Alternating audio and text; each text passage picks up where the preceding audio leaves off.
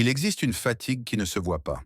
Une fatigue que ni le sommeil, ni les paroles humaines, ni même le temps n'arrivent à guérir. C'est la fatigue du cœur. Dans ces moments-là, beaucoup cherchent des réponses partout, dans les voix des hommes, dans le bruit du monde, dans des distractions passagères.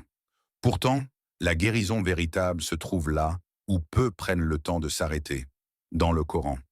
Le Coran n'a jamais été révélé pour être un simple recours d'urgence, ouvert uniquement quand tout s'effondre, puis refermé dès que la douleur s'apaise. Il n'est pas non plus un livre du passé, figé dans l'histoire, posé sur une étagère comme un héritage culturel. Le Coran est vivant, il parle, il répond. Il observe les états du cœur humain avec une précision qui dépasse toute compréhension humaine. Chaque verset est une lumière destinée à éclairer une obscurité précise.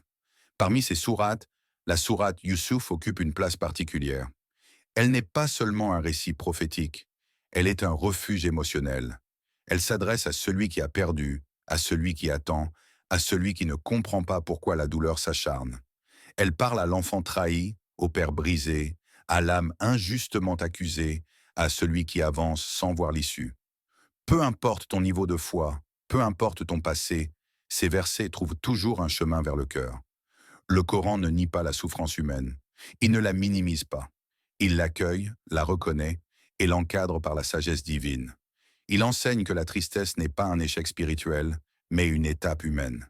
Ce qui fait la différence, ce n'est pas l'absence de douleur, mais la direction que l'on choisit lorsque la douleur s'installe. Et le Coran oriente toujours vers la patience, l'espérance et la confiance. Allah nous rappelle une vérité profonde dans la sourate Az-Zumar, une vérité qui touche chaque âme éprouvée.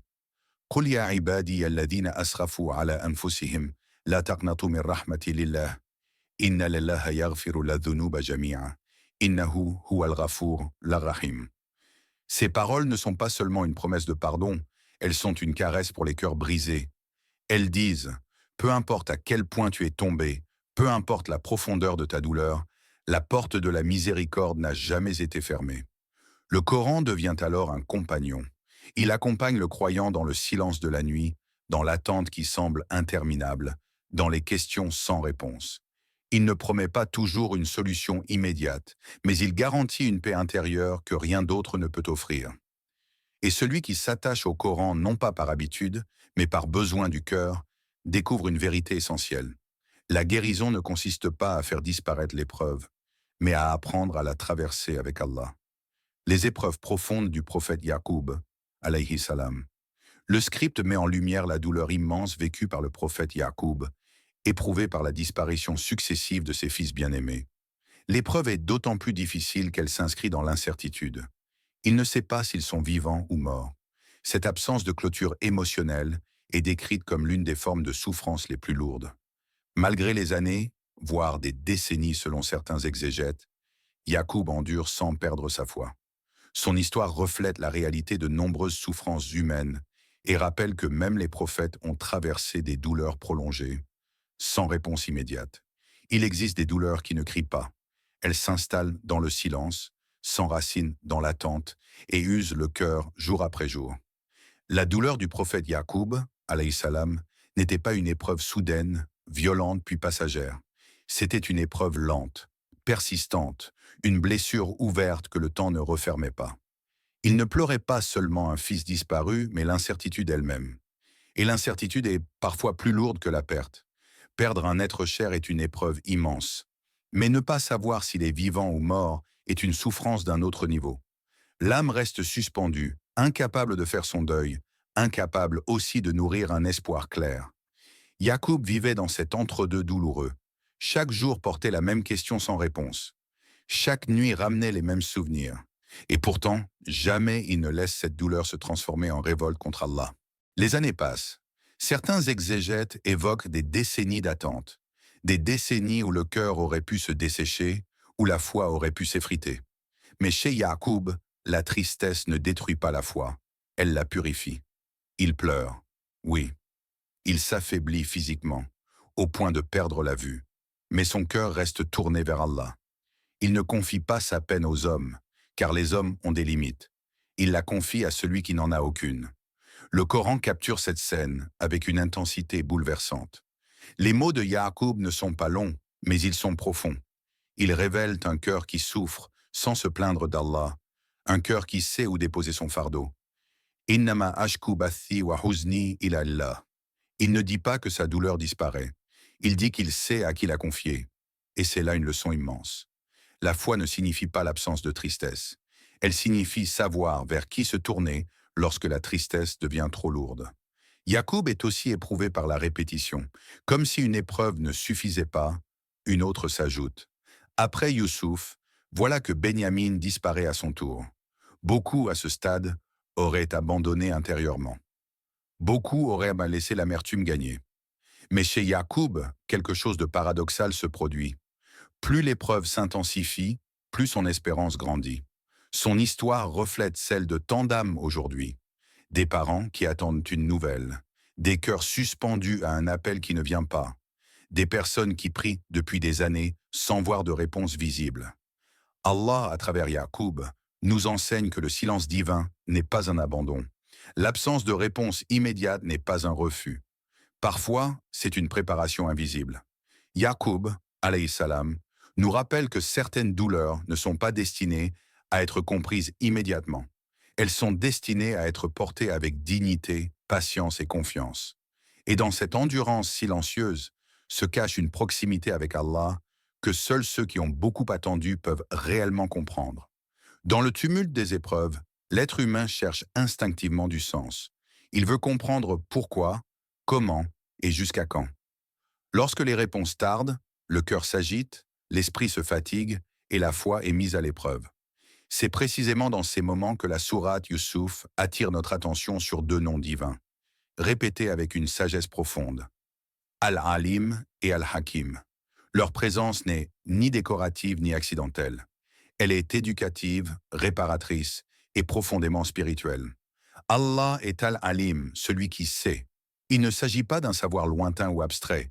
C'est un savoir qui englobe chaque battement de cœur, chaque larme retenue, chaque pensée que l'on n'a jamais osé formuler. Rien de ce que tu traverses n'échappe à sa connaissance. Là où l'humain voit un chaos, Allah voit une carte complète. Là où nous voyons des fragments de douleur, Allah voit l'ensemble du chemin. Mais si Allah n'était qu'omniscient, le cœur pourrait encore trembler. Car savoir n'implique pas forcément sagesse. C'est pour cela que Al-Hakim accompagne toujours Al-Alim dans cette sourate. Allah ne sait pas seulement ce qui se passe, il sait pourquoi cela doit se passer ainsi. Sa sagesse dépasse les limites de notre perception. Elle agit parfois dans le silence, parfois à travers ce qui semble injuste, parfois à travers ce qui brise avant de réparer. Dans la sourate Youssouf, ces deux noms apparaissent comme des repères pour le lecteur, comme des panneaux sur un chemin escarpé. Ils nous disent « Continue d'avancer, même si tu ne comprends pas ». Car comprendre n'est pas une condition pour faire confiance. La foi véritable commence souvent là où la logique s'arrête. Allah attire notre attention sur cette réalité à travers ses paroles. « Innahu al-alimul hakim ». Ces mots, courts en apparence, portent un poids immense. Ils rappellent que chaque retard, chaque détour, chaque épreuve s'inscrit dans un plan d'une précision parfaite. Un plan qui ne vise pas à briser le croyant, mais à le façonner. Dans la vie, nous avançons tous avec un sac invisible sur le dos. Certains y mettent leurs peurs, d'autres leurs regrets, d'autres encore leurs attentes. Le Coran nous enseigne que dans ce sac, deux choses doivent toujours être présentes. La certitude qu'Allah sait et la certitude qu'Allah est sage. Sans ces deux clés, l'épreuve devient écrasante. Avec elle, elle devient supportable, même lorsqu'elle est longue. Ces deux noms deviennent alors une boussole intérieure. Quand le cœur se demande « Pourquoi moi ?» Al-Alim répond « Je sais ». Quand l'âme crie « Cela n'a aucun sens », Al-Hakim murmure « Pas encore pour toi ». Et dans cette tension entre ignorance humaine et sagesse divine, le croyant apprend à marcher sans voir, à espérer sans comprendre et à faire confiance sans condition. C'est ainsi que ces deux noms ne sont pas seulement des attributs divins à réciter, mais des vérités à vivre. Irko, ils transforment l'épreuve en apprentissage, l'attente en adoration et la douleur en chemin vers Allah. Lorsque l'épreuve frappe une première fois, le cœur encaisse le choc. Mais lorsque la même blessure s'ouvre à nouveau, plus profonde encore, c'est là que l'âme est réellement testée. Beaucoup peuvent supporter une difficulté passagère. Peu sont capables de rester debout quand l'épreuve s'intensifie, quand elle revient sous une autre forme, plus lourde, plus épuisante. C'est précisément à cet endroit que l'histoire de Yaqub, alayhi salam, devient une école spirituelle. La première fois qu'il perd Youssouf, Yaqub répond par la patience. Une patience douloureuse, silencieuse, contenue. Il ne crie pas, ne s'effondre pas publiquement, ne laisse pas sa langue déraper. Il confie son affaire à Allah. Mais lorsque Benyamin disparaît à son tour, quelque chose change. L'épreuve est plus lourde que la précédente. 2 fils absents, puis un troisième qui ne revient pas. À ce stade, beaucoup auraient perdu tout espoir. Beaucoup auraient sombré dans l'amertume, se disant que la patience a ses limites. Pourtant, chez Yacoub, l'inverse se produit. Sa patience ne s'épuise pas, elle s'élève. Il ne se contente plus de supporter, il espère. Et cet espoir n'est pas naïf. Il est enraciné dans la connaissance d'Allah. Il prononce les mêmes mots qu'auparavant. Sabre Jamil, une patience belle. Mais cette fois, il y ajoute une certitude intérieure, une lumière nouvelle dans l'obscurité. Le Coran nous transmet ce moment avec une finesse bouleversante. Fasabrun jamil asa lillahu an ya'tiyana bihim jami'an. Innahu huwal alimul hakim. Ce n'est plus seulement la patience de celui qui endure. C'est la patience de celui qui attend activement la miséricorde d'Allah. Une patience qui ne signifie pas résignation, mais confiance. Yacoub ne dit pas « J'accepte que tout soit perdu ». Il dit « Peut-être qu'Allah me les ramènera tous ». Alors que, humainement, la situation est pire qu'avant. Cette réaction va à l'encontre de notre nature. Quand une épreuve se répète, nous avons tendance à baisser les bras, à dire « J'ai déjà assez supporté ». Mais le Coran nous enseigne une vérité profonde. Souvent, lorsque l'épreuve atteint son point le plus intense, le soulagement est proche. Ce n'est pas une règle mathématique, mais une sagesse divine que l'on retrouve dans la vie de nombreux prophètes et croyants. Il existe une frontière invisible mais dangereuse dans le cœur humain, celle qui sépare la douleur du désespoir. La douleur est humaine, permise, reconnue par l'islam. Le désespoir, lui, est une rupture intérieure. Ce n'est pas seulement une émotion, c'est une position du cœur. Et c'est précisément pour cela que l'islam la traite avec autant de gravité. Car désespérer de la miséricorde d'Allah, ce n'est pas seulement perdre espoir en une issue, c'est oublier qui est Allah. Dans l'histoire de Yaqub, alayhi salam, cette frontière est clairement tracée. Malgré des années de souffrance, malgré l'accumulation des pertes, il refuse catégoriquement de franchir cette ligne. Lorsqu'il parle à ses fils, il ne leur transmet pas uniquement une instruction pratique, mais une orientation spirituelle profonde. Il leur ordonne de chercher, de continuer, de ne pas s'arrêter intérieurement. Et surtout, il leur interdit le désespoir. Le désespoir est un piège subtil. Il commence souvent par des paroles prononcées sous la douleur. « C'est fini, ça ne changera jamais. Allah ne m'a pas destiné cela. » Ces phrases répétées s'installent dans le cœur et finissent par façonner la perception de la réalité.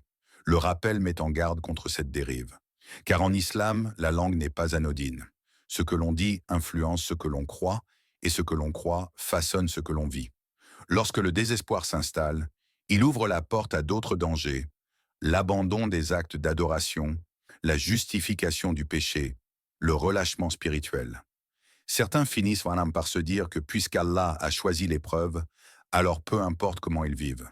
C'est une illusion dangereuse, car l'épreuve n'est jamais une permission de s'éloigner d'Allah, mais un appel à se rapprocher de lui.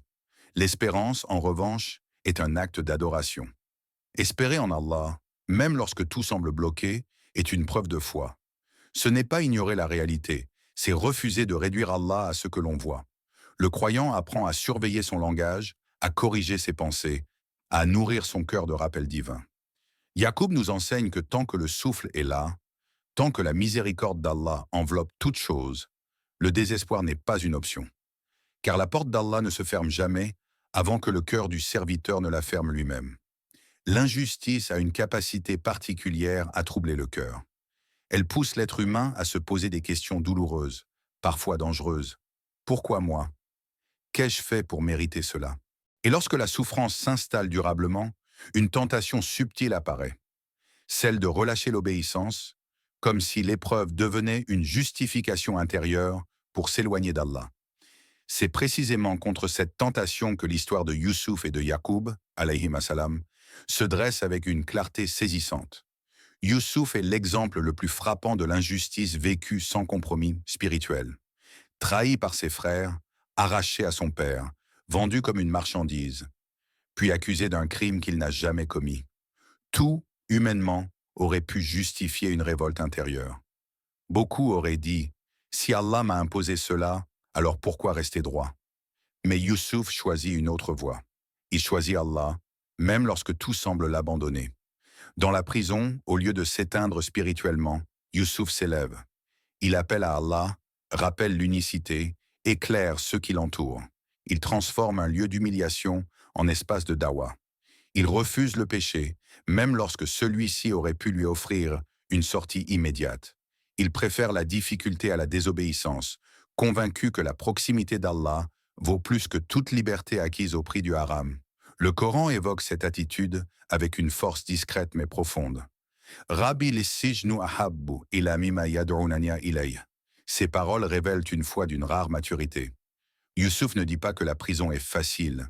Il dit qu'elle est préférable au péché. C'est une leçon intemporelle.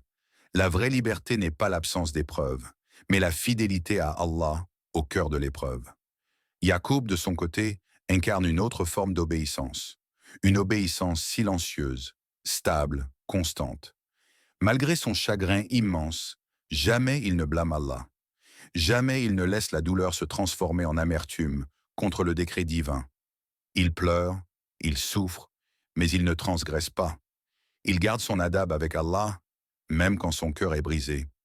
Ces deux figures nous enseignent que l'épreuve n'est jamais une excuse pour désobéir. Au contraire, elle est souvent une invitation à s'élever spirituellement. Beaucoup de portes s'ouvrent après une longue persévérance, mais seulement pour ceux qui n'ont pas troqué leur foi contre un soulagement temporaire. Allah nous rappelle une règle fondamentale dans la sourate Al-Baqarah. Inna Allaha ma'al sabirin. Cette proximité divine n'est pas accordée à ceux qui abandonnent, mais à ceux qui tiennent bon. La victoire finale de Youssouf, son élévation après l'humiliation et la réunion de Yacoub avec ses fils ne sont pas des récompenses aléatoires. Elles sont le fruit d'une obéissance maintenue malgré l'injustice. Ainsi, l'histoire nous enseigne que rester fidèle à Allah dans la souffrance est l'une des formes les plus pures de la foi. Et que derrière chaque injustice endurée avec sincérité, Allah prépare une ouverture que seul le patient obéissant pourra reconnaître. Ô Allah, toi qui vois ce que les cœurs cachent et entends les soupirs que les langues ne prononcent pas, nous nous tournons vers toi avec des âmes parfois fatiguées, parfois brisées, mais toujours pleines d'espoir en ta miséricorde. Toi qui es Al-Alim, rien de nos douleurs ne t'échappe. Toi qui es Al-Hakim, rien de ce que tu décrètes n'est dépourvu de sagesse, même lorsque nos esprits sont incapables de l'apercevoir. Ô Allah, apaise les cœurs qui portent une peine silencieuse, ceux qui sourient en apparence mais pleurent dans la solitude de la nuit. Soulage ceux qui attendent une issue depuis longtemps, ceux dont la patience a été éprouvée au-delà de leurs forces. Accorde-nous une patience belle, une patience qui ne nous éloigne pas de toi, mais qui nous rapproche davantage de ta présence. Ne laisse pas le désespoir s'installer dans nos cœurs. Protège-nous des pensées qui affaiblissent la foi et des paroles qui éteignent l'espérance. Fais de nous des serviteurs qui espèrent en toi-même lorsque les causes visibles disparaissent, même lorsque les chemins semblent fermés. Ô Allah, enveloppe la Oumma de ta miséricorde. Accorde-lui la constance dans l'obéissance, la sagesse dans l'épreuve et la lumière dans l'obscurité. Ouvre pour nous des portes que nul ne peut fermer. Accorde-nous des dénouements meilleurs que ce que nous imaginons et fais que chaque difficulté soit pour nous un moyen de nous rapprocher de toi. Ô Allah, termine nos épreuves par la paix, nos attentes par la joie et nos invocations par ton acceptation. Tu es celui qui donne au-delà de ce que nous espérons. Amin, ya Rabb al-Alamin. Si ce rappel a touché ton cœur, alors laisse une trace de ton passage. Un like, c'est une sadaka numérique qui aide ce message à atteindre d'autres cœurs. Et en t'abonnant, tu soutiens cette chaîne afin que ces rappels continuent d'exister et de se propager. Qu'Allah te récompense pour chaque intention sincère, chaque partage et chaque soutien, même discret.